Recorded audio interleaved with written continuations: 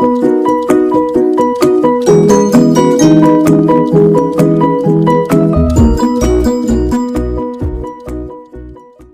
علیکم ګرانو پښتنو وروڼو، هیله ده چې روغ او جوړ به یاست. یو ښه ورځ به مو پیل کړې وي.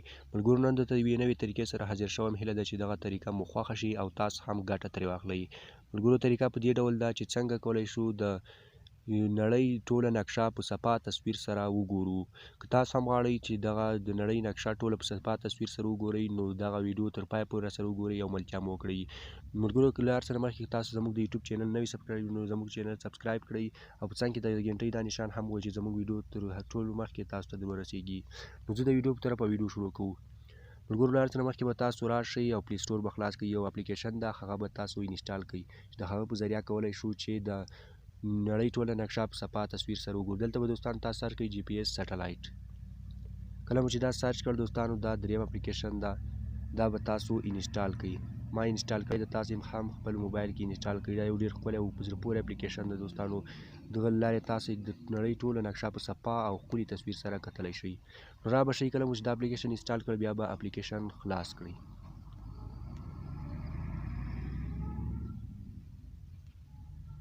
اپلیکیشن ته به لږ انتظار وباسئ.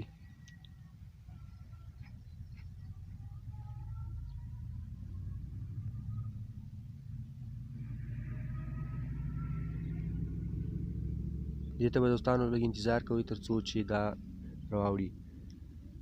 دلته به دوستانو که تاسو غواړئ د نړۍ ټوله نقشه په صفا تصویر سره وګورئ، دلته ډېرې نورې طریقې هم شته. پکې تاسو غواړئ د چا خپل ځای معلوم کړئ یا د بل چا ځای معلوم کړئ، هغه هم په دې کې کولی شئ. دلته که تاسو غواړئ د نړۍ ټوله نقشه په صفا تصویر سره وګورئ، نو سټلایټ ویو باندې به کلیک وکړئ.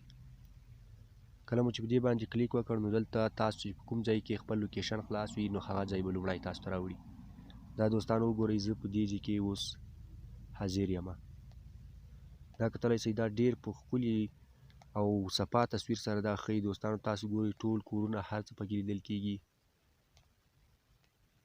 دا وګورئ دوستانو، زه په دې ځای کې حاضر یم او دلته دوستانو تاسو سرچ هم کولی شئ. دلته اوس موږ سرچ کوو، مثلا هر هیواد چې تاسو سرچ کوو یا هر ښار سرچ کوو. مثلا زه دلته سرچ کوم کابل. اوس ګورم چې کابل سرچ ماته راخلي او که نه. دغه دوستانو کابل سرچ راواخیسته. دا وګورئ، دلته به لږ انتظار ورته باسئ تر څو نقشه په صفا ډول ښکاره شي. دا وګورئ دوستانو، نقشه ډېره په صفا ډول ښکاري. هلته موټرې هر څه پکې ښکاري او ودانۍ هر څه پکې لیدلی شئ دوستانو. دا ډېره ښکلې او په زړه پورې طریقې ده. تاسو هم له دې طریقې څخه ګټه واخلئ او له ملګرو سره یې درسره شریکه کړئ. دوستانو دا وګورئ، دا ټولې نقشې هرې ودانۍ هر څه پکې لیدل کېږي. دا ډېر تاسو نږدې کولی هم شئ، خو دلته به انتظار ورته باسئ تر څو نقشه په صفا تصویر سره ښکاره شي. دا ډېره ښکلې او اسانه طریقه وه دوستانو. تاسو دلته نور ښارونه هم سرچ کولی شئ. نو که غواړئ د دې طریقې څخه ګټه واخلئ، نو دا اپلیکیشن له ځان سره وساتئ او د موږ ویډیو له نورو ملګرو سره شریکه کړئ.